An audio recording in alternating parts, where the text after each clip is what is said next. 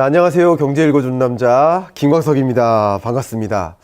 책인싸, 여러분이 너무나 기대하고 계시는 이 책을 통해 핵인싸를 만나 인사이트를 얻어본다. 오늘 순서 여러분이 너무나 좋아하시는 염블리 염승환 이사입니다. 인사 한번 부탁드립니다. 네. 안녕하세요. 네. 저는 이제 이베스트 투자증권의 염승환 이사입니다. 이게 처음 섭외받았을 때 저는 이제 이게 어떤 프로그램인가 좀 궁금해서 저도 찾아봤는데 굉장히 유명하신 분들이 나오시더라고요. 그래서 아무튼 제가 여기 또 초대받게 돼서 아무튼 뭐 너무나 좀 감사드리고 오늘 이제 또 제가 김광석 교수님하고도 또 여러 번 또 이게 같이 네. 방송을 해서 오늘 좀 좋은 케미로 네. 한번 방송 잘 해보겠습니다. 알겠습니다. 오늘 저희 책인싸에 공식 질문이 있어요. 네. 그 소개 순서가 삼행시로 자기는 삼행시로 자기소개를 해드리는 겁니다. 뭘 다 알고 계시겠지만 혹시나 처음 보시는 분들을 위해서 삼행시로 소개를 한번 부탁드립니다. 아니 안 그래도 이게 질문 중에 제일 어렵더라고요. 이게 도대체 아니 이게 제 예. 이름으로 어떻게 이걸 해야 될까 그냥 네. 한번 생각해봤는데 한번 띄워주시면 네, 하겠습니다. 네. 염승환 염블리 그러니까 승리와 네. 패배는 종이 한 장 차이 같다. 환. 그러니까 환희에 취하지 말고 네. 지금 그대로 열심히 정진하자. 정말 이렇게 여기 뭐가 딱 아니요. 돋아나는 그런 느낌으로 정말 잘 준비해 오신 것 같다라는 생각입니다. 좀 근황 좀 여쭙고 싶은데 요즘 많이 바쁘시잖아요. 네. 어떻습니까, 좀 요즘? 요새 뭐 좀 여전히 좀 바쁘긴 한데 네. 어쨌든 뭐 주식 시장 좀 관심이 많이 떨어졌어요, 사실. 네, 네. 워낙 시장이 이제 한 반년 넘게 침체기다 보니까 그러네요. 거래 대금도 많이 줄어들고 요새 뭐 보면 유튜브 조회수만 봐도 딱 나오잖아요. 맞아요. 예. 네. 그리고 제가 이제 처음 책을 작년 초에 발간했을 때는 네. 정말 주식책이 다 상위에 있었는데 요새 교보문고 가면요 주식책이 순위 아예 없어요. 그렇네요. 네, 그 정도로 좀 이렇게 주식에 대한 관심들이 좀 떨어져 있고 근데 어쨌든 뭐 저도 이제 그러다 보니까 좀 솔직히 저는 좀 한가해질 줄 알았는데 네. 여전히 좀 많이 찾아주셔가지고 바쁘긴 합니다. 근데 어쨌든 저는 뭐 여전히 열심히 좀 방송하고 좀 잘 지내고 있고요. 다만 이제 제가 좀 걱정되는 거는 많은 분들이 이런 또 주식시장에 좀 환멸을 느끼고 또 투자 중단하시고 실제 떠나신 분도 되게 많으세요. 네. 근데 주식 투자 우리가 뭐 1, 2년 할 건 아니니까 그럼요. 좀 어려운 네. 장이지만 그럼요. 남들이 관심 없을 때 항상 관심을 가져야 또 그게 저는 수익을 낼 수 있는 지름길이라고 보는데 그렇죠. 그래서 제가 항상 보는 지표 중에 하나가 예. 그 서점가에 보면 예. 그 유행을 탈 때가 있어요. 뭐냐면 그 작년 한참 가을에 NFT 채가 엄청 났었죠. 네. 근데 진짜 실제로 NFT 가격도 폭락을 했어요. 그렇네요. 그때 이후로. 그러네요. 작년 초에는 주식이 좋았고 네. 근데 지금 아무도 관심이 없어요. 관심 없고요. 그러면 이럴 때가 또 좋은 또 기회죠, 사실. 사이클이라는 예, 차원에서. 옛날에 한 몇 년 전에 부동산이 좋을 때도 있었잖아요. 그렇네요. 책이 네. 다 이제 부동산으로 돼 있고. 예. 그래서 항상 오히려 그런 좀 역발상도 한번 네. 생각해 보시면 좋을 것 같아요. 벌써부터 인사이트가 막 튀어나옵니다. 그래서 우리 주린이의 등대 역할 아니십니까? 그래서 주린이 분들께서 정말 많은 질문을 네네네. 하실 것 같아요. 그래서 책을 내셨을 거라고 생각이 되는데 네. 이 책을 집필하게 된, 기획하게 된 그 배경이나 계기가 있으실까요? 아니, 이제 뭐 사실대로 말씀드리면 어떤 의도가 전혀 없었고 그냥 진짜 우연히 썼어요. 정말 저는 책 쓸 생각이 1도 없었고요. 네. 그때 제가 이제 유명 그 유튜브에 처음 나가서 이제 이름을 조금 이제 알리기 책 시작하려고 할 내기 때 전에. 예.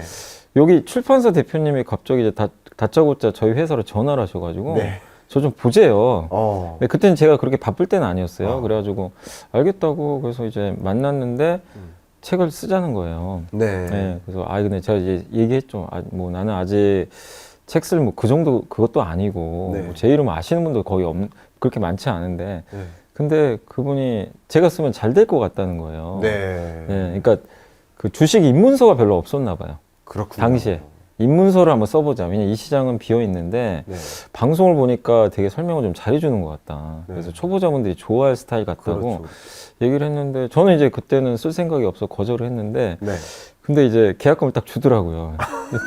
돈에 또 약해져가지고. 입금되면 어쩔 수 없어요. 네. 그래가지고 계약서 쓰고. 근데 제 음. 입장에서도 이게 얘기를 들어보니까 아, 좀 써도 괜찮겠다. 네. 왜냐면 입문서 써서 뭐 도움 드리면 괜찮은 거 그럼요. 아니냐. 네. 그리고 제가 거의 한 20년 동안 네. 그 개인 투자분들 상담을 많이 했거든요. 그래서 네. 어떤 게 궁금한지는 좀 많이 알고는 있었어요. 네. 질문을 뭘 하시고, 아, 그러면 요거를 한번 내가 정리하면 되겠다. 네. 정리 차원에서 나한테도 좋겠다. 그래서 그냥 계약서 쓰게 됐는데, 정말 이렇게 잘 될 거라고 상상도 못하고, 그냥 이제 열심히 썼죠. 네. 네, 그래서 사실은 뭐 별 계기가 있었던 건 아니고, 네. 이제 그런 이유로 정말 우연찮게 쓰게 됐습니다. 그 제 책상 위에 이렇게 누워져 있는 책들이 몇 권 있거든요. 네네네. 그 중에 한 권이세요. 아, 그래서 왜냐하면 저도 이제 실물 경제를 연구하고 실물 경제에서 해안을 찾는 그런 역할로서 제가 많이 활동을 하다 보니까 결국 많은 분들을 뵈면 주식 투자에 대한 질문을 주세요. 네. 결국 그 질문들이 이 책에 다 담겨 있습니다. 그래서 저는 주식 투자 같은 경우는 정말 바이블이다. 아, 네, 감사합니다. 많이들 궁금해하시는 그 질문, 여러분 지금 궁금해하시는 것들, 그게 이렇게 책에 다 담겨 있더라고요. 그래서 저도 종종 그 해당 질문에 대한 답변을 생각할 때 거기서 먼저 소스를 좀 찾고 있거든요. 네. 그래서 그런가 많은 분들이 찾으신 덕택에 책이 아마 제 기억으로 굉장히 많이 재쇄가 들어갔었는데 몇 세까지 했었죠? 160세. 160세. 여러분 160세 책은요 흔한 책이 아닙니다. 그죠? 160세는 그러니까 어떻게 보면 그 출판사 대표님이 주식 투자를 잘하실 것 같아요. 아, 정말 잘하시죠. 쌀 때 네, 맞아요. 사서 비쌀 때 네. 하시는 네. 네, 그게- 아주 그러니까 그 후로도 이제 몇몇 출판사에서 연락이 왔는데 다들 좀 후회하시더라고요. 그렇죠. 일찍 할 걸. 네. 근데 이제 왜냐면 이제 그분이 가장 먼저 오셔가지고 저는 어쨌든 이제 우연히 하게 됐지만. 그러네요. 주식 투자의 가장 기본적인 원리, 쌀 때 산다. 네, 맞아요. 진짜 쌀 때 사신 분이신 거네요. 그 대표님을 한번 모셔야 될 것 같아요. 연락 한번 하세요. 네. 모셔야 될 것 같습니다. 자, 이제 책 내용으로 좀 들어가 봐야 되는데요. 우리 주린이 이 세계에서 등대로 비유되시잖아요. 그러리만큼 주식 투자를 반드시 해야 하는 그 이유에 대해서 특히 지금과 같은 장세에서 주식 투자를 많이 떠나시는데 영원히 떠나실 건 아닐 거잖아요. 그런 의미에서 주식 투자는 왜 반드시 해야 될까요? 그러니까 일단은 우리가 뭐 자본주의 시대에 살고 있기 때문에 정말 뭐 돈을 혐오하시는 분도 계시겠지만 아유, 돈이 없으면 없어요. 없나요? 하신 거 없어요. 너무 옛날 얘기 됐나 봐요. 근데 아무튼 돈은 있어야 됩니다. 무조건. 네. 네. 그리고 뭐 내가 어느 정도 현금은 무조건 있어야 되는 게 인생을 살다 보면 나한테 무슨 일이 발생할지 사실 모르잖아요. 그렇죠. 갑자기 저도 한번 재판을 해본 적이 있거든요. 네. 몇 년 전에. 그러세요? 그러니까 저도 뭐 우연히 그런데 휘말려가지고 때리신 아닙니다. 그건 아닙니다. 저 집에 좀 문제가 있어가지고. 네. 근데 그럴 때 만약에 내가 그 변호사 네. 선임할 수 있는 비용이 없었다면, 어. 그리고 갑자기 입원할 수도 있잖아요, 사람이. 네.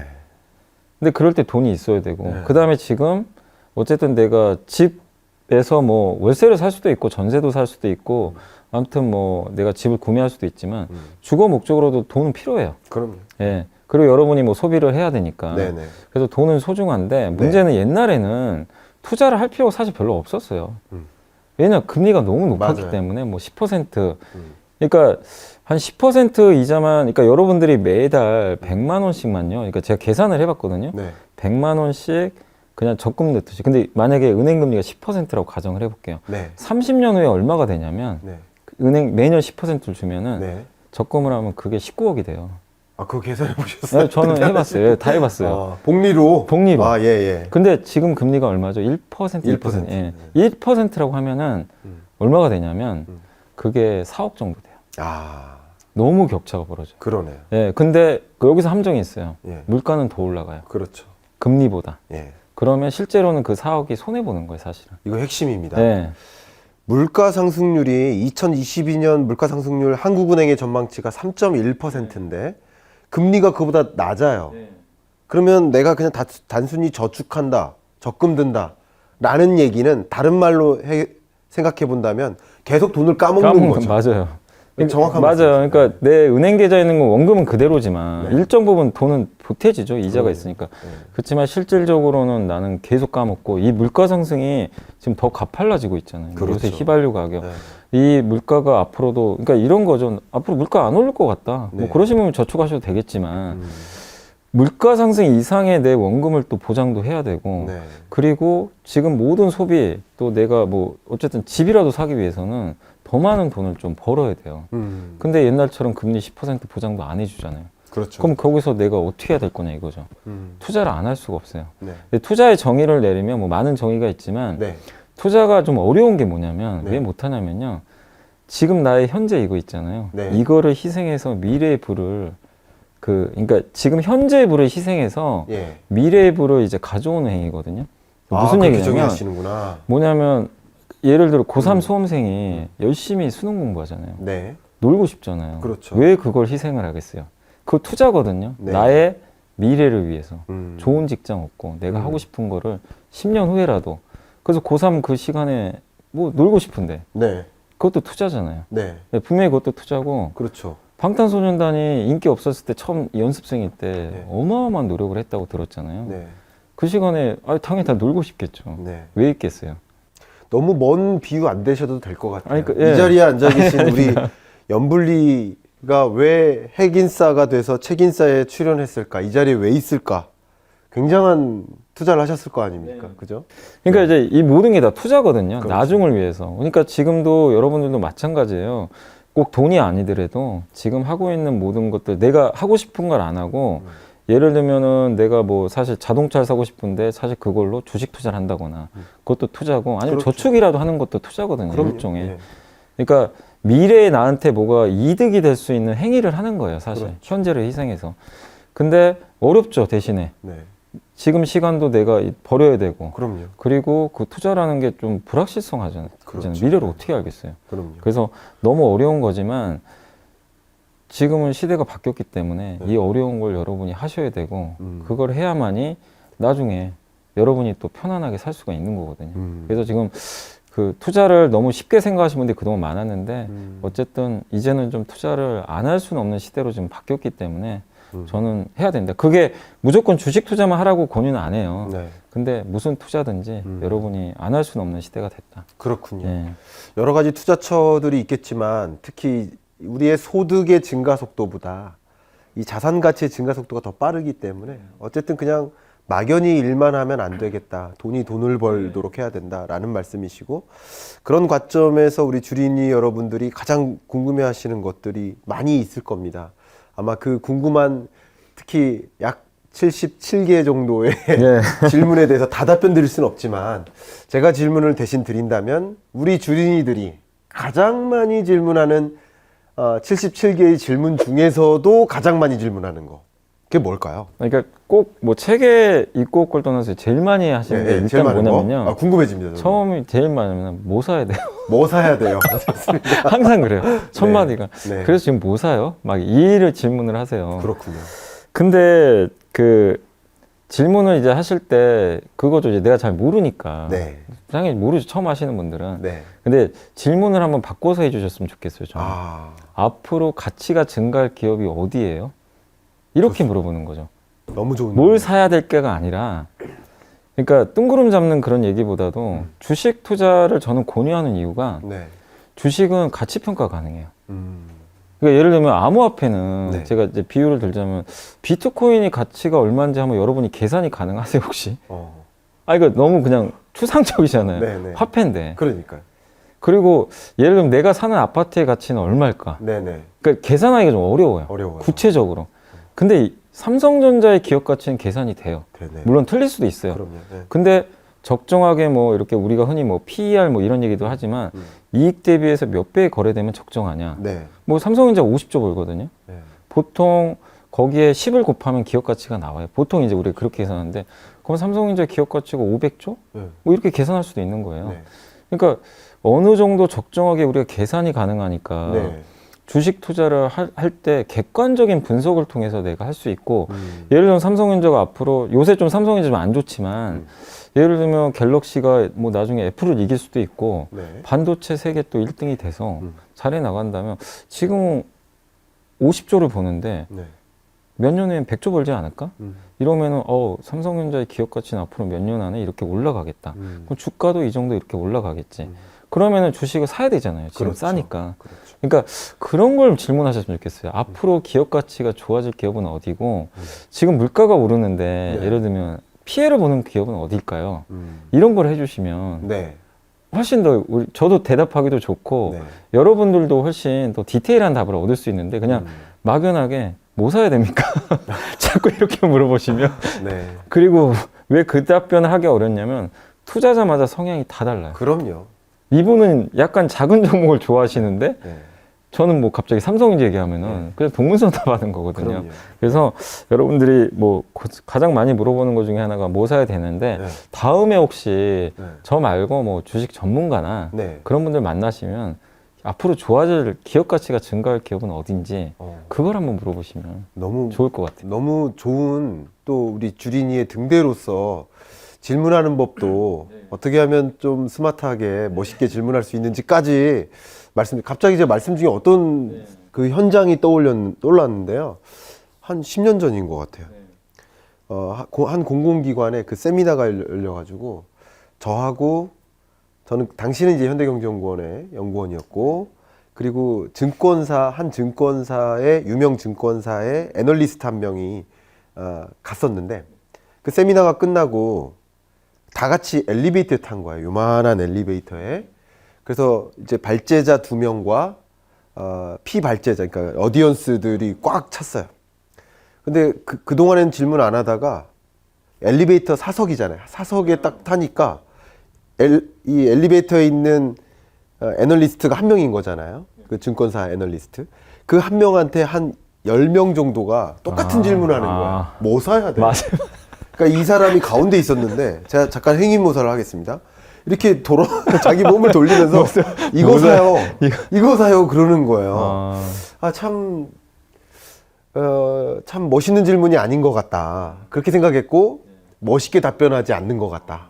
라고 저는 생각했는데 이 우둔한 질문에 멋있게 답변을 또 해주셔서 너무 좋습니다. 또 이 책에서 많이 강조하는 그 표현 중에 하나가 주도주에 올라타야 된다. 그래서 주도주란 무엇인지, 어떻게 그 주도주를 올라탈 수 있는지, 정말 그 주도주에 올라타면 돈을 벌 수 있는지 이 주린이 여러분들께서 많이 해주시는 그 질문이거든요. 꼭 좀 저도 이 자리를 빌어서 질문드리고 싶었어요.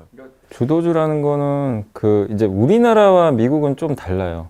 뭐냐면 이제 워런 버핏이 애플 같은 데 투자를 했잖아요. 네. 누가 봐도 주도주고 그렇죠. 또 미국의 테슬라 네. 이런 기업들도 뭐 너무나 지금 이제 주도주로서 아직도 인정을 하고 있는데 그 기업들은 이제 자기네가 브랜드 가치를 만들어서 시장을 이끌고 있잖아요. 애플은 아이폰, 테슬라는 이제 전기차 모델 3, 모델 Y 네. 이런 기업들은 흔히 뭐 경제적 혜자를 가지고 있다, 독보적이다, 네. 누구도 침범할 수 없다. 근데 한국에서 또 그런 기업에 투자했는데 얘기를 많이 하는데 네. 저 그래서 계속 찾아봤는데 잘 안 보여요. 안 보이는구나. 왜냐? 한국은 산업 구조가 네. 중간재 산업이 많아요. 그렇네요. 거기에 그러니까 예를 들면 테슬라가 잘 나가면 LG 에너지 솔루션이 좋아요. 맞아요. 근데 LG 에너지 솔루션은 가격 결정권이 떨어지겠죠. 거기 네. 납품을 하는 회사니까. 네네. 근데 한국은 대부분 다 그런 회사예요. 그러니까 이런 회사들이 많은데 경제적 혜자 찾기가 있어요. 물론 한국에도 네이버나 그렇죠. 카카오는 네, 있죠. 있죠. 근데 너무 극소수니까. 그래서 한국에 맞는 주도주가 뭐냐? 그러면 한국 시장 스타일에는 전방 산업을 보셔야 돼요. 그렇군요. 이 LG 에너지 솔루션이 왜 이렇게 높은 시총 100조잖아요. 네. 왜 이렇게 높게 평가를 받을까? 전기차 시장이 커지니까. 네네. 그러니까 일례로 들면 옛날에 2000년대 중반 정도, 중후반에 최대 주도주가 조선업종이었습니다. 네. 그때 조선주도 역시 누가 발주를 하면 수주해서 납품하는 어떻게 중간재 기업이죠. 어떻게 보면 네네. 브랜드가 중요한 게 아니고. 그렇죠. 네. 근데 그때 왜 이렇게 조선주가 잘 갔을까? 이유를 생각하면 중국 경기가 너무 좋았어요. 그렇군요. 중국이 대규모 투자를 하고 막 그때 인프라 투자했잖아요. 맞아요. 그 원재료 다 실어다 나르려면 배가 필요하니까. 예, 그랬었던 거고. 또 한국에도 보면 그 전방 산업 중에 하나 그 좋았던 게 옛날에 건자재 시장이 인테리어 시장이 한번 그러네. 정부가 그 예전에 박근혜 대통령 있을 때 네네. 규제를 좀 완화해 줬잖아요.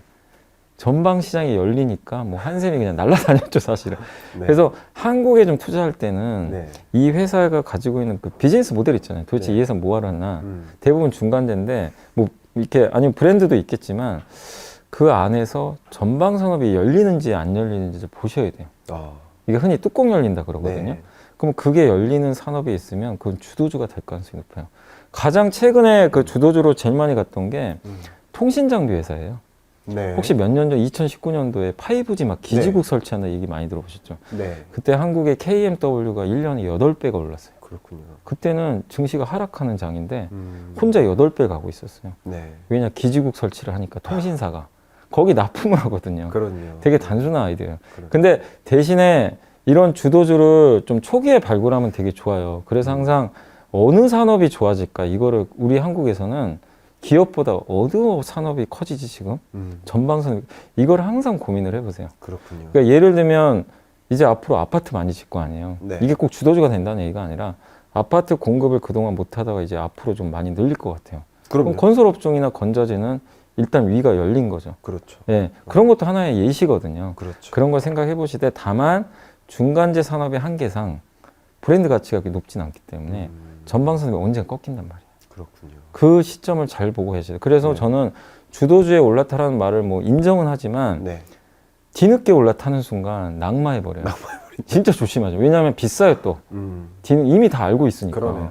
그래서 지금 이 주도주가 떠올랐을 때 이게 초기로 아직도 산업이 성장하는 구간인지 이미 다 알고 있는 건지 네. 이거를 면밀히 분석을 해야 된다. 그래서 무작정 주도주에 올라타서 장기 투자하지 마시고 지금 사이클이 어느 정도에 와 있는지 반드시 분석을 해야 된다. 그렇군요. 네, 그래서 그 공부하실 때도 옛날에 그런 주도주 분석해 놓은 책들이 좀 있으니까 한번 공부 좀 참고하셔가지고 네. 고민해 보시면 좋을 것 같아요. 지금 말씀 중에 저도 딱 떠오르는 것이 어떻게 보면 이제 부동산 시장만 놓고 보면 박근혜 정부가 시작될 때 거래 활성화에 초점을 뒀고 근데 이제 문재인 정부가 시작되면서 규제를 강화했다가 이제 윤석열 당선인이 또 새롭게 집권을 시작하게 되기 직전이죠 지금.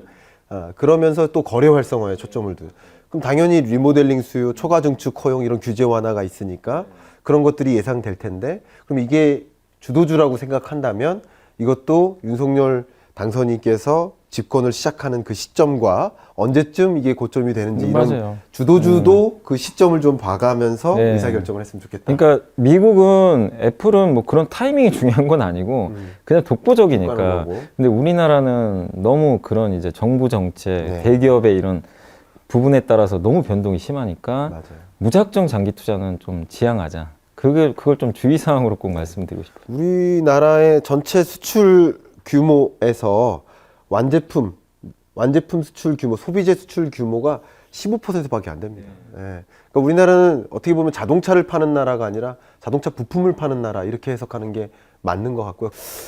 주도주를 올라타야 된다. 그래서 어떻게 주도주를 고르고 어떻게 보면 이 질문은 주도주가 뭐예요? 라고 묻기보다는 어떤 산업이 유망할까? 네. 이 질문을 스스로 하시면서 주도주에 올라탈 수 있는 그런 기회를 좀 잡아가시면 어떨까 하는 그런 인사이트를 갖게 됐습니다.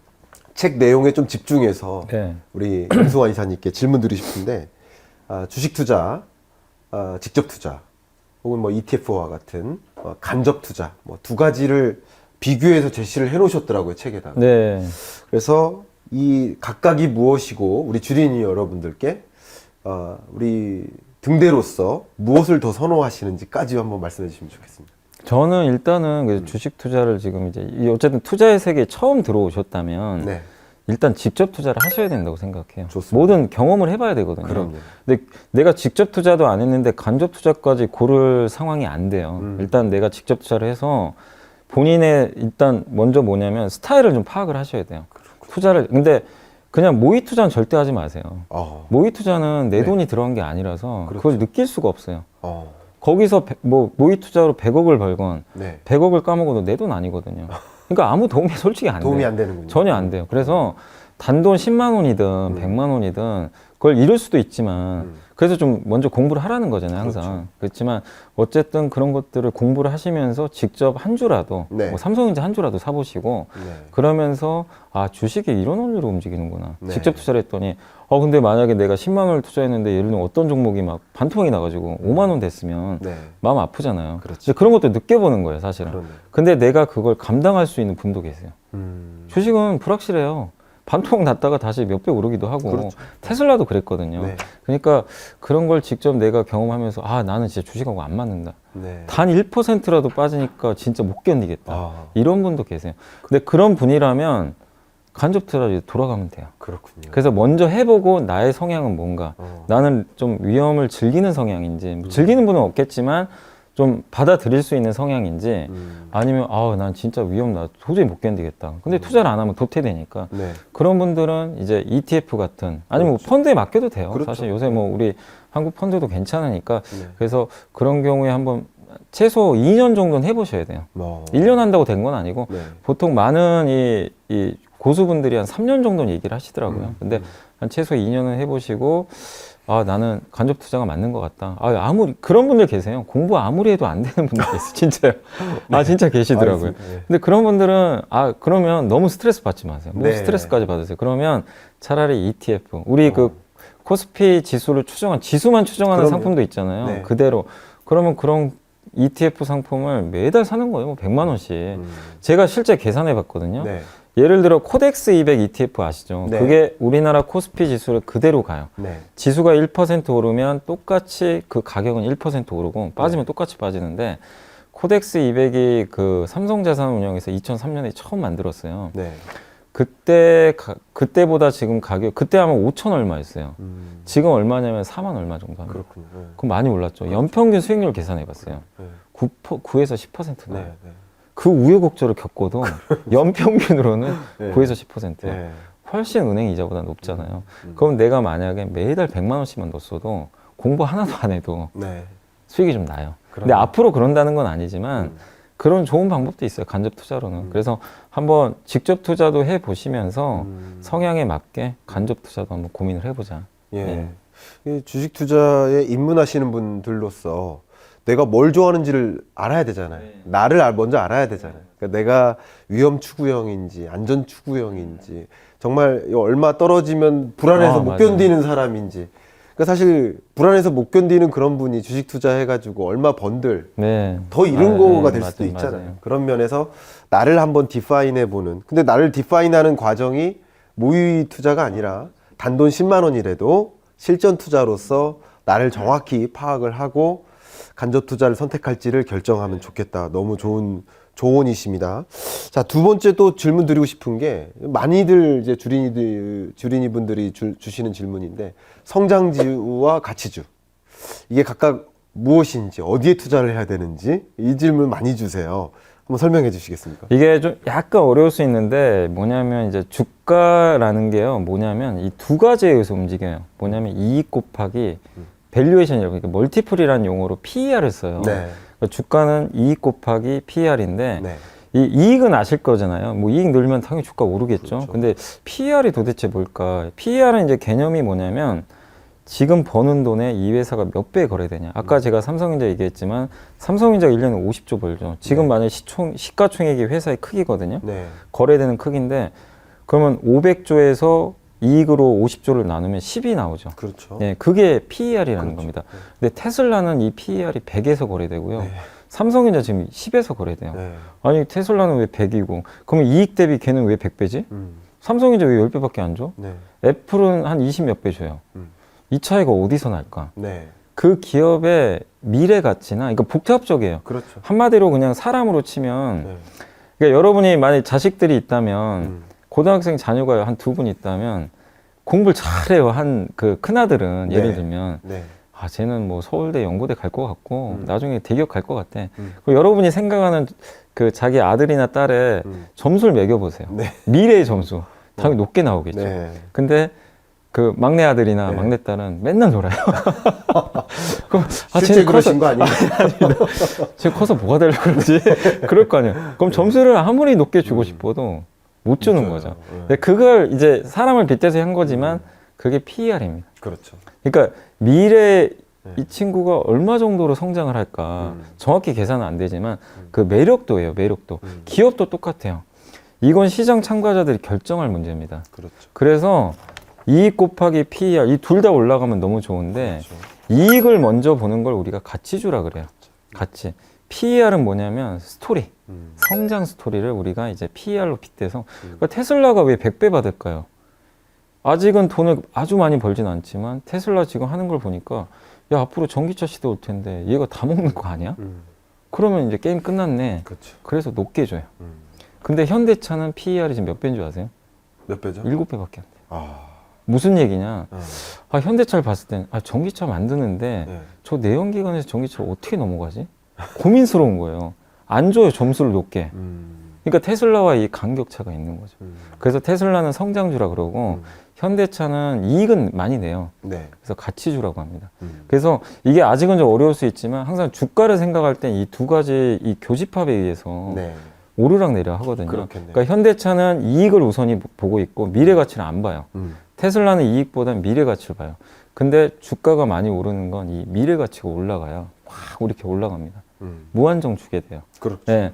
근데 제가 말씀드리고 싶은 건 뭐냐면 이제 가치주 성장주만 논란은 많은데 기업을 선택할 때는 무조건 성장하는 기업을 선택해야죠, 당연히. 아니 기업이 매년 뭐 똑같은 돈만 벌고 네. 역성장을 해요. 그러면 당연히 못 갑니다. 네. 그래서 조금이라도 그 기업의 성장이 나오는 게 당연히 좋은데 한 가지만 더 첨언을 드리면 금리가 이렇게 올라가는 환경에서는 투자자들이요 인색해져요. 아. 약간 성장에 좀 인색해진다고요. 인색해지죠. 네, 인색해집니다. 작년같이 유동성이 풍부한 환경에서는 적자가 나도요. 야, 너 적자 나도 상관없어. 지금 이렇게 경기 안 좋은데 네. 야, 너 스토리 너 너무 좋으니까. 작년 메타버스 NFT. 네, 네. 막 적자 나는데 10배 갔어요. 그러니까 이익은 아닌데 펄을 높게 준 그렇죠. 거예요. 네. 근데 금리가 오르면요. 사람들이 펄에 인색해지기 시작해요. 인색해지는 조금씩은. 예. 그리고 숫자를 보기 시작해요. 그렇겠네요. 예. 근데 지금 금리가 오르잖아요. 그렇죠. 그래서 이제부터는 여러분들이 무조건 성장주라고 환호하시면 안 되고 성장은 기본이지만 네. 이제 앞에 숫자까지 보셔야 돼요. 네. 이익이 나면서 성장이 나오는 기업이 뭔가 네. 이 고민을 할 지금 시점이 왔고 네. 그리고 워런 버핏한테 이런 질문을 옛날에 했나 봐요. 뭐라고 했냐면 그러니까 이런 비슷한 거예요. 성장주하고 가치주 이익이 우선이냐 성장이 그러니까 이익이 우선이냐 스토리가 우선이냐 네. 이걸 물어봤는데 물론 스토리 주식 좋다. 근데 자기가 봤을 때는 결국엔 장기적으로 꾸준히 이 시장에 살아남은 사람은 이익을 우선시하는 사람이 살아남았대요. 꾸준하게. 왜냐하면 이익이 기반이 된 상태에서 스토리가 나오면 너무 좋죠. 그렇죠. 편안하게 그렇죠. 가는데 스토리까지 나오면. 근데 이익이 안 나오는데 스토리만 보고 스토리만 했던 찍는. 거는 결국 망하는 사람이 너무 많았대요. 아. 숫자가 뒷받침이 안 돼서. 네. 잠깐 좋았다가 망하니까. 네. 옛날에 혹시 3D TV 기억나세요? TV. 네, 네. 그게 전형적인 망한 사례예요. 그러네요. 그때 3D TV 막 집에서 본다 어쩐다 막 만들고 난리가 났었는데 3D TV 관련주가 몇 배씩 갔다가 네. 어떻게 망했어요. 어. 안 결국엔 없어져 버렸잖아요. 그렇죠. 없어졌죠. 숫자가 기반이 안 된 거죠. 그러네요. 그래서 항상 이익에 기반해서 지금도 돈을 잘 벌지만 앞으로 스토리가 좋아질 기업을 찾는 거. 그래서 저는 너무 구분보다는 그런 식으로 한번 좀 접근을 해보는 게. 그 투자자도 자기의 투자 성향에 따라서 조금 더 성장주의 포트폴리오를 더 많이 비중을 준다든가 예, 그럴 수도 있죠. 아니면 나는 좀 더 이렇게 하고 싶어 하면 가치주에 좀 더 포트폴리오를 구성을 한다든가 네, 뭐 그것도 좋은 그것도 좋은 해안일 방법. 수 예. 있겠네요. 있는데 그래도 이제 기본적으로 저는 어쨌든 성장주냐 가치주냐 보다도 일단 이 기업이 그래도 꾸준하게 지금 비즈니스 모델상 잘 벌고 있는 기업인지 그렇죠. 그게 우선순위다. 아. 그래서 제가 건설업종을 요새 저도 건설업종 이렇게 아주 좋게는 안 봤는데 왜 건설업종에 대해서는 조금 긍정적으로 보기 시작했냐면 네. 여기에 좀 맞기 시작한 게 뭐냐면 건설업종은 정부가 규제를 많이 했던 산업이잖아요. 네. 뭐 교수님도 아시겠지만 근데 돈은 잘 벌었어요 실제로. 아, 이렇게 돈 잘 버는데 주가가 안 가요. 네. 근데 왜 그러냐면 위에 성장이 막혀 있었죠. 공급을 못하게 하니까. 네. 근데도 그 악조건에서 돈을 벌었는데 근데 이제는 돈도 잘 버는데 성장을 성장까지. 열어줬잖아요. 그렇네요. 이런 기업들은 이제 굉장히 퍼포먼스가 좋을 수 있다는 거예요. 그러니까 이런 산업이 혹시 앞으로도 있는지를 한번 계속 찾아보시면 네. 저는 거기에서 좀 좋은 길이 있다라고 아, 보고 지금 있어요. 여러분들도 이 말씀을 들으시면서 아, 내가 주식 투자할 때 이런 길을 찾아가야겠다라는 생각을 좀 어느 정도 하셨을 거라고 생각이 됩니다. 근데 말씀 중에 제가 또 캐치된 게 뭐냐면 특히 좀 드림에 해당되는 거, 예. 스토리가 좋은 예. 기업들, 이런 기업들 같은 경우는 어떻게 보면 장세가 유동성 장세처럼 좋을 때는 폭발하는데 또 실적 장세라든가 뭐 이럴 때는 또 많이 또 출렁이지도 않나 뭐 이런 네. 생각을 하는데 그래서 주린이들이 그런 질문 많이 하지 않습니까? 유동성 장세냐 실적 장세냐. 지금 방금까지는 그 기업 자체를 봤다면 그 기업들을 투자할 수 있는 투자 여건을 잠깐 보자는 거죠. 이런 질문 많이 받으셔보죠. 예, 어떻습니까? 그러니까 유동성 아까 그거랑 이제 일맥상통해요. 유동성 장세에서는 유동성 장세가 뭐냐면 경기가 좀 안 좋아지면서 경기를 살려야 되니까 이제 중앙은행이 돈을 막 푸는 거죠. 네네. 그래서 2년 전에 그 우리 코로나 터졌을 때 미국이 금리를 낮춰서 제로 금리로 갔고 네, 우리 한국은행도 정말 그렇게 파격적으로 낮춘 적이 별로 없었잖아요. 그렇죠. 그냥 계속 한 번에 0.5% 막 낮추면서 네. 금리 인하하고 오죽하면 또 정부가 경기 살리려고 네. 각 가정에다 돈 다 줬겠어요. 네네. 재난지원금까지. 네, 돈을 살포할 때죠. 경기 네. 살려야 되니까. 네. 그럼 그때는 경기가 안 좋은데 돈이 이제 투입이 되면서 유동성이 이제 부풀려져요. 그렇네요. 그럼 유동성이 부풀려지면 사람들이 그 돈 가지고 뭐 했습니까? 실제 주식 투자하신 분들 많았잖아요. 네, 자산 시장에 약간씩 이제 버블이 생길, 그때는 버블은 아니지만 네. 초창기에는 어쨌든 자산 시장에 돈이 막 들어와서 사람들이 근데 이제 왜 유동성 장세에서 성장주가 꿈이 좋냐면 네. 경기가 안 좋으니까 흔히 말하는 경기 민감주 돈 잘 버는 기업도 다 까먹어요. 그렇겠네요. 네, 유동성 아니 뭐, 장세일 예. 때는 경기주가 안 좋으니까. 예, 경기가 안 좋으니까 그래서 돈 푸는 거니까. 그렇겠네. 그러면 그때 사람들은 희소성에 좀 열광을 해요. 이 안 좋은 경기에서 네이버 카카오를 봤더니 음. 얘는 돈도 잘 벌어요. 네. 또 그때 이제 언택트 시대여가지고 네, 네. 사람들이 이제 약간은 스토리가 네. 이거 정말 대박주다. 이 안 좋은 환경에서 네이버 카카오 같은 기업이 세상에 어디 있냐. 그렇네요. 그래서 네이버 카카오 5배 막 4배 갔었잖아요. 네, 네, 네. 그게 이제 유동성의 힘이에요, 사실은. 근데 네이버 카카오가 작년 하반기 올해 안 좋잖아요, 사실은. 네. 그게 뭐냐면 유동성의 이제 힘이 약해지기 시작합니다. 음. 돈을 회수하기 시작해요. 네. 그 돈을 회수한다는 건 결국에 이제 중앙은행이 풀었던 돈을 회수하는데 돈이 이제 회수된다는 건 아까 설명드렸지만 시장이 이제 꿈에 인색해져요.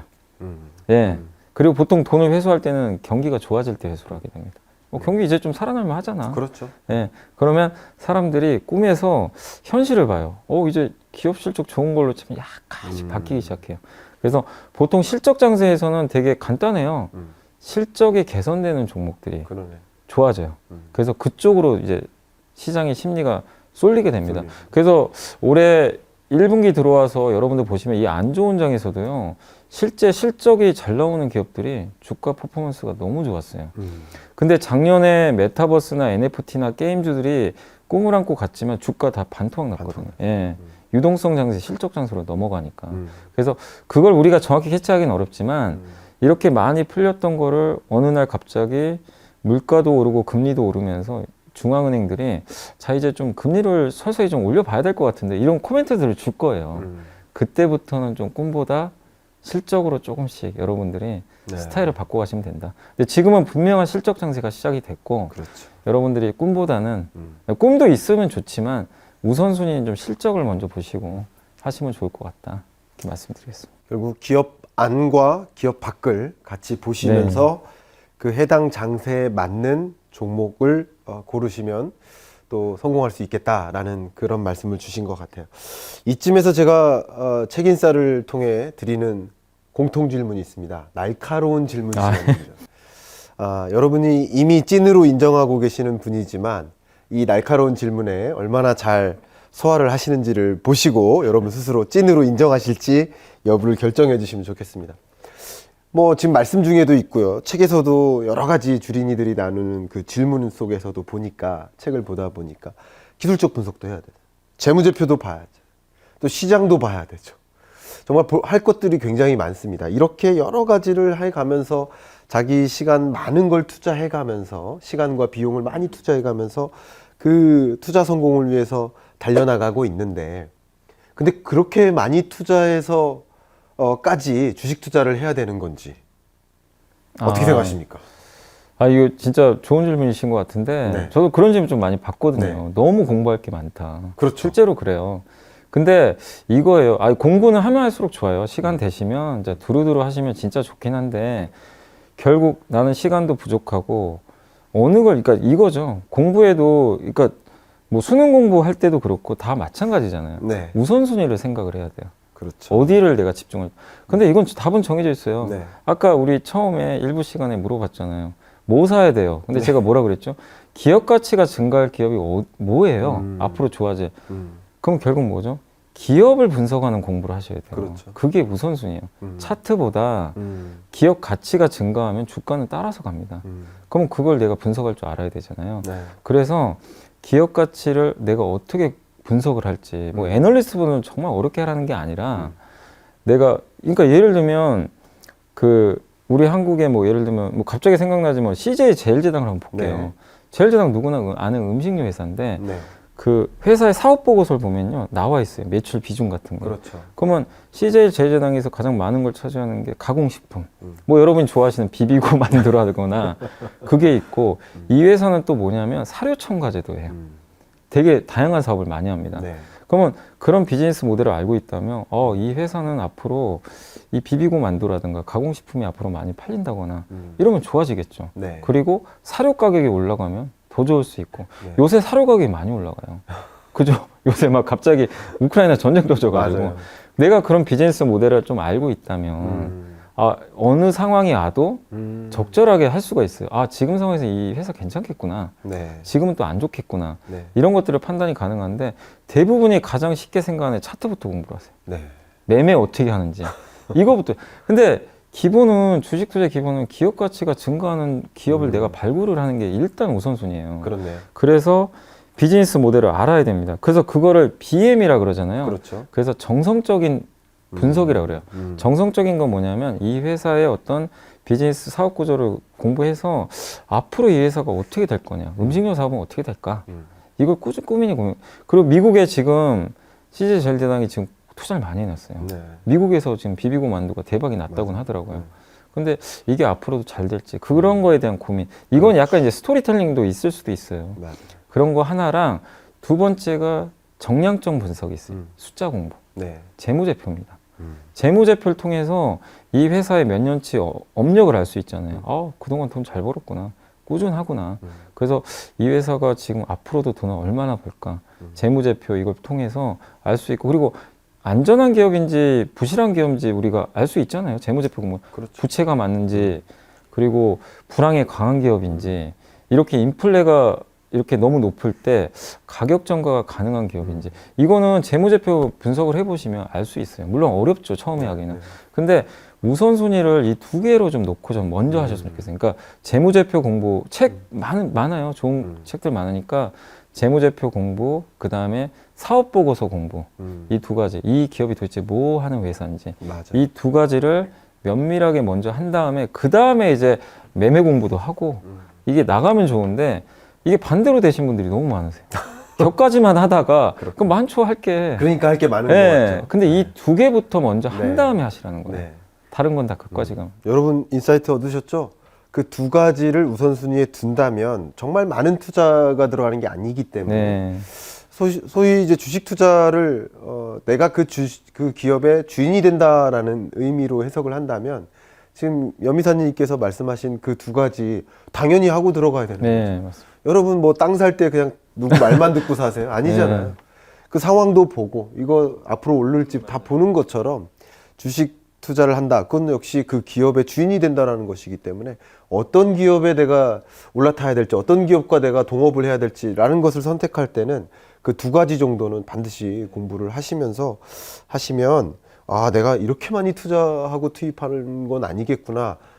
나를 스스로 정당화할 수 있을 거라고 생각이 됩니다. 또 날카로운 질문 두 번째인데요. 이렇게 정말 많은 이 주린이들의 궁금증을 해결해 주시는 그런 역할을 하고 계신데 많은 질문들을 받으실 겁니다. 근데 이런 여러 가지 질문을 받다 보면 정말 난감한 질문, 나 이거 소화하기 어려운 질문이 있다 하실 때가 있을 것 같아요. 네. 대표적인 예가 있을까요? 가장 난감한 게 이제 저는 좀 그거예요. 지금 당장 사요? 자, 지금 좋습니다. 당장 팔아요? 좋습니다. 네. 그럼 그 질문 제가 지금 하겠습니다. 자, 이 종목 지금 당장 팔아요? 지금 당장 사요? 자, 네. 답변해 이거를 주십시오. 너무 많이 물어보시는데 솔직히 말씀드리면 모릅니다. 지금 너무 막 빠져나가시는데요. 이게 무슨 얘기냐면 매매 타이밍을 어떻게 알겠어요? 아, 정확히. 네. 제가 뭐 차트 이렇게 정확히 뭐 저도 차티스트도 아니고 그리고 이 주가에 그러니까 이거거든요. 이런 분들의 심리가 뭐냐면 당장 사고 투자 이제 심리 한번 이게 좀 뜨끔하신 분도 계실 거예요. 당장 돈 벌고 싶다. 아, 네, 나는 이 마인드가 되게 강하신 분들만 그러니까 대부분 좀 일확천 그러니까 다 똑같아요. 네.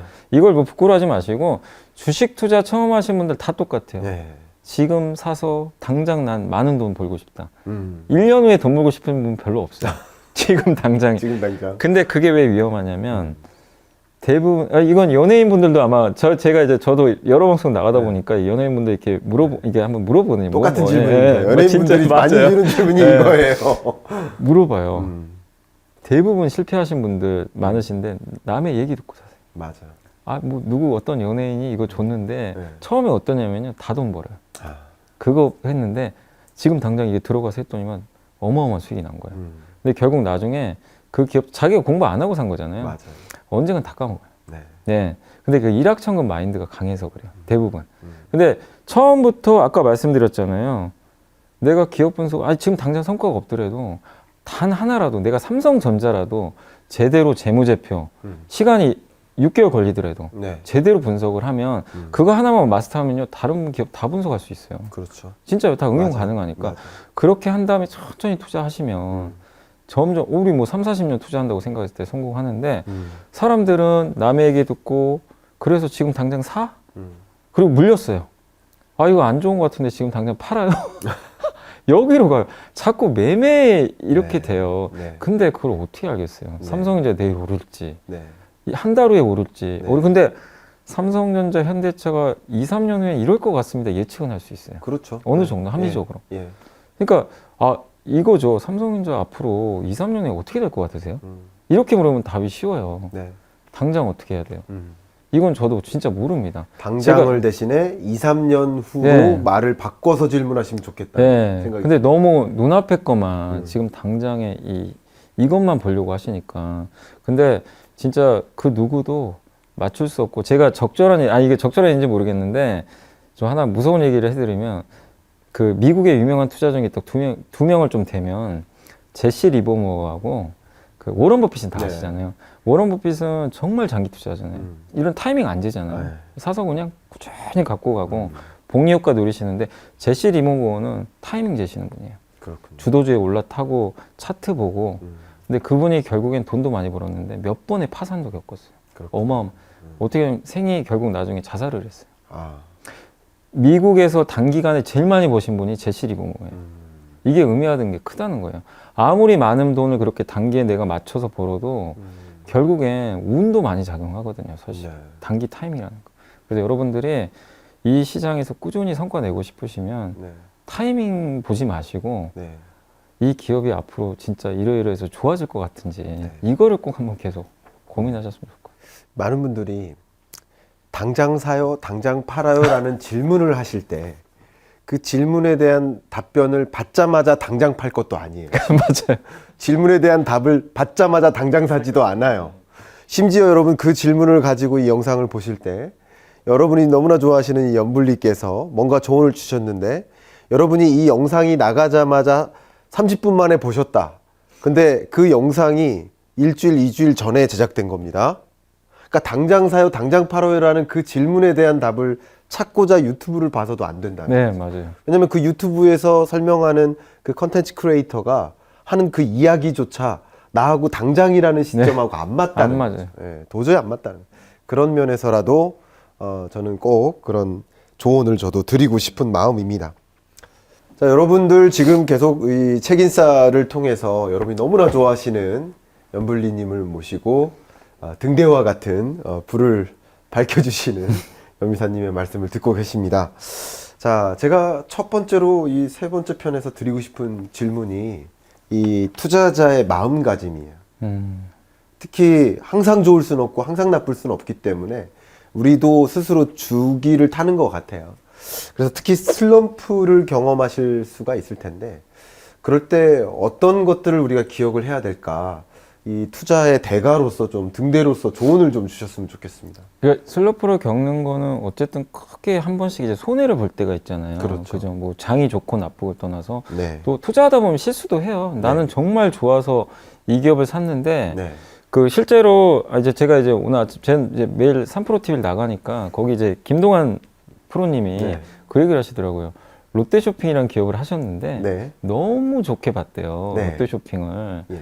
옛날 몇 년 전에 한참 좋았잖아요. 막 롯데쇼핑 유니클로도 갖고 있고 확신에 차서 샀는데 반토막 나는 거야. 네. 아니 그렇게 우리 흔히 말하는 유명하신 분도 네. 자기가 잘못 볼 때가 있어요. 네. 근데 김동완 소장님 죄송합니다. 죄송합니다. 제가 갑자기 여기서 얘기해가지고. 이거 반드시 나가야 돼요. 네. 근데 삼프로 TV에도 얘기하셨으니까 예, 예, 실제로 그럼요. 방송 나간 거니까. 네. 워낙 또 호탕하셔서. 네. 네. 근데 그런 분들도 확신에 차서 실수할 때가 있어요. 네. 아니 근데 못 맞춘다는 거예요, 솔직히. 그러니까 여러분들 투자를 하다 보면요, 앞으로도 내가 확신에 차서 하는데 잘못 물려가지고 슬럼프를 겪을 때가 있을 거예요. 예. 그럴 때 이제 첫 번째로 조언 드리고 싶을 때는 일단 물렸잖아요. 내가 네. 잘못했건 못했건 떠나서 그렇죠. 네. 큰 손실 보면은 일단 며칠 정도는 그냥 가만히 계세요. 아, 예. 아니, 왜냐면 네. 뭐든지 사람이 큰 데미지를 입거나 네. 아니면 너무 기분 좋은 일이 생기면 네. 그러니까 너무 기분 좋은 일이 생기면은 그러니까 이런 거잖아요. 예, 우리 어렸을 때도 그 아버지가 이렇게 딱 집에 들어왔는데 이게 딱 술 마시고 왔는데 기분이 좋아요. 그럼 뭐 해요? 용돈 달라고. 네, 네. 다음날 아빠 후회하잖아요. 네. 내가 왜 줬지? 기분 좋으면 사람이 그렇게 돼요. 근데 또 기분이 안 좋으면 또 잘못된 판단도 하게 되고. 그러네. 근데 차라리 그때 이성을 그냥- 읽는 네, 거죠. 이성을 읽는 거죠. 네. 너무 좋거나 네. 안 좋으면. 그렇네요. 예. 감성적으로 맞아요. 행동하게 행동을 되는 하게 거죠. 되니까. 쇼핑할 때도 그래서 그런 걸 주의하라 그러더라고요. 너무 기분 좋을 때 막 쇼핑하지 말라 그래요. 아, 막 관대액을 막 사버리니까. 그러네요. 그래서 투자할 때도 마찬가지예요. 너무 돈 잘 벌었을 때도 마찬가지고 너무 많이 까먹었을 때는 일단 며칠만 좀 기다리자. 아, 그거 좋은 점. 급한 거 아니면. 네. 너무 이제 근데 정말 회사가 안 좋아지면 빨리 팔아야 되겠지만 그렇죠. 그런 게 아니라 자기한테 생각할 좀 시간을 주세요. 아, 이성적으로 생각할 시간이 없어지면요 판단이 안 돼요. 그렇네요. 저도 그런 실수 많이 해봤거든요. 네. 아니 너무 안 좋으니까 진짜 팔았는데 네. 며칠만 기다렸으면 안 팔았는데 근데 진짜 금방 회복되는 경우도 있었어요. 그 순간만큼은 그 쇼크를 입고 예, 감성적으로 맞아요. 파는 거죠. 예. 근데 이성적으로 생각했으면 갖고 있었을 텐데. 네. 근데 팔자마자 오르는. 예. 네. 근데 이 세상의 모든 이치가 시간이 지나면 다 해결되는 게 많아요. 솔직히. 음. 예.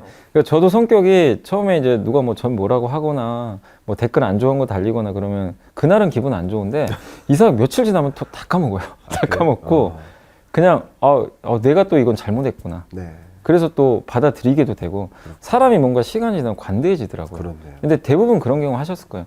투자도 그래서 처음엔 내가 좀 데미지를 입었을 땐 좀 기다려보자. 그리고 두 번째로 하실 건 그 기다리는 과정 속에서 한 2, 3일은 보지 마세요. 아, 본다고 될 문제도 아니에요.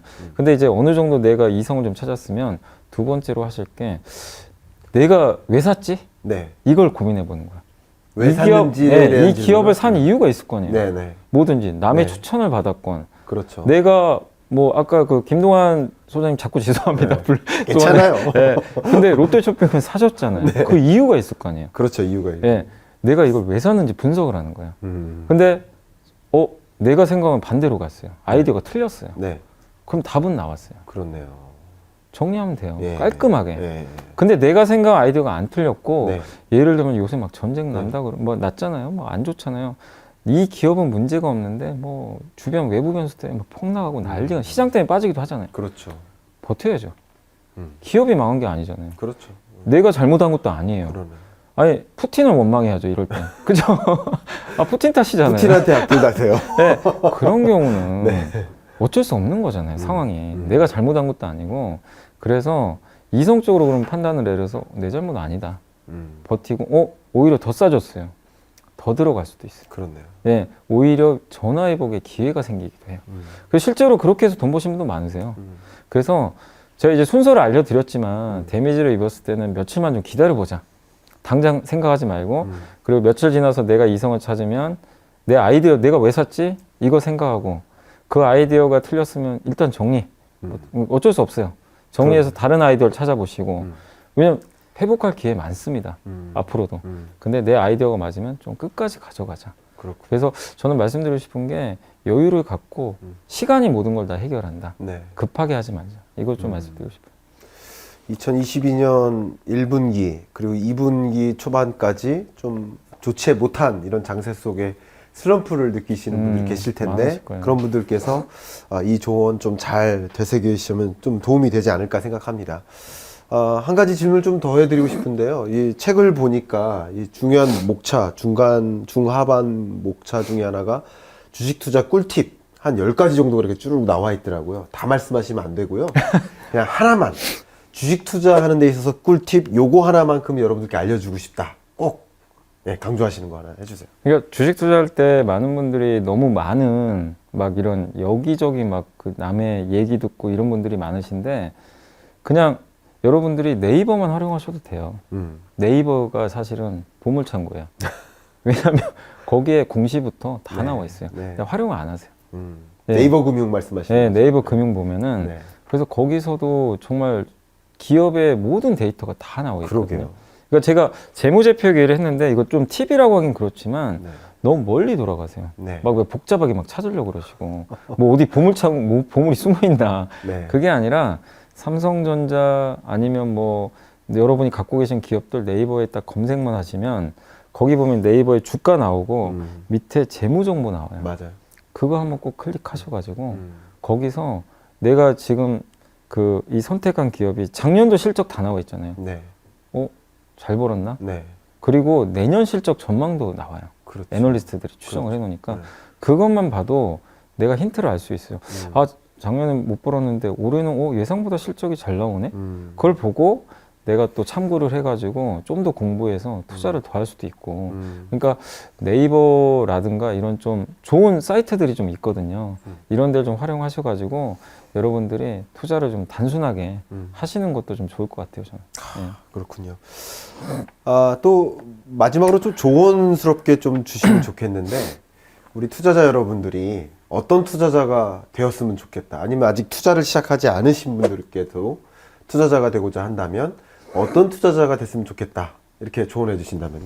그러니까 일단은 아까도 이제 질문 중에 있었지만 네. 제발 좀 주가 맞추기 게임 하지 말자. 음. 주가를 맞추지 말고 기업의 가치를 맞추려고 노력을 해보자. 이게 정말 중요한 것 같아요. 제가 자꾸 좋습니다. 말씀을 드리는 게 네. 주가를 여러분이 맞추려고 하는 순간 네. 타이밍만 보게 돼요. 자꾸만. 그렇네요. 기업의 가치를 보지는 않게 되고. 더 불안해지고. 네. 네. 그래서 좀 주가를 좀 제발 보지 말자. 너무 거기에 연연하지 말자. 이 말씀 좀 드리고 싶고 그다음에 두 번째가 복리 효과를 생각하자. 자꾸 워런 버핏이 왜 장기 투자라고 그러겠어요. 장기 투자 아무거나 하면 안 되죠, 당연히. 네. 기업 가치가 역성장하는 기업을 장기 투자하면 당연히 필패지만 그런 좋은 기업을 앞으로 성장하는 기업을 발굴했다면 네. 좀 진득하니 한번 들고도 가보자. 복리 효과를 누릴 수가 있잖아요. 그래서 복리 효과 흔히 뭐 우리 스노우볼이라 그러잖아요. 우리 눈덩이 굴릴 때 처음엔 작지만 계속 네. 굴리다 보면 네. 이자가 쌓이고 쌓이고. 수익이 쌓이다 보면 원금은 커지는데 그 내가 1,000만 원일 때 1,000만 원으로 시작해서 처음에 10%면 100만 원밖에 안 되지만 네. 자꾸 돈을 벌어서 1억을 만들었어요. 1억일 때 같은 10%면 네. 1,000만 원이 옛날 원금이죠. 그렇죠. 이게 복리 효과잖아요. 그렇죠. 점점 커져. 근데 이건 장기 투자를 안 하면 누릴 방법은 없는 거죠. 음. 예. 그래서 좀 중장기적으로 좀 투자하는 습관을 좀 들여보자. 그리고 마지막으로 말씀드리고 싶은 거는 그 좀 뭐라 그럴까 좀 용기를 내자. 용기를 낸다는 게 뭐냐면 모든 법을 99년도 그 우리 IT 법을 그 다음에 2007년도 8년도에 그 중국 법을 우리 경험해봤고 그 다음에 얼마 작년이었죠. NFT 아직 뭐 버블이라고는 그런데 지금 너무나 다치신 분들이 많잖아요. 뭐 그쪽 메타버스나 이렇게 하셔가지고 주가 10배씩 하고 버블이라는 거지만 한번 생각해 보세요. 왜 이런 일들이 자꾸 발생할까? 그 이유는 뭐냐면 사람들의 군중 심리가 너무 흔히 그 레밍 효과라 그러잖아요. 네. 레밍이 뭐죠? 이제 독일이나 이런 유럽 쪽에 사는 그 쥐라고 하는데 레밍은 무리가 이렇게 앞으로 가면 아무 생각 없이 다 따라가서 결국 낭떠러지인 줄 알면서도 다 떨어지고 무리 안에 있으면 사람이 너무 편안해진대요. 그러니까 야 남들 다 NFT로 돈 버는데 나는 뭐 하고 있어? 그러네.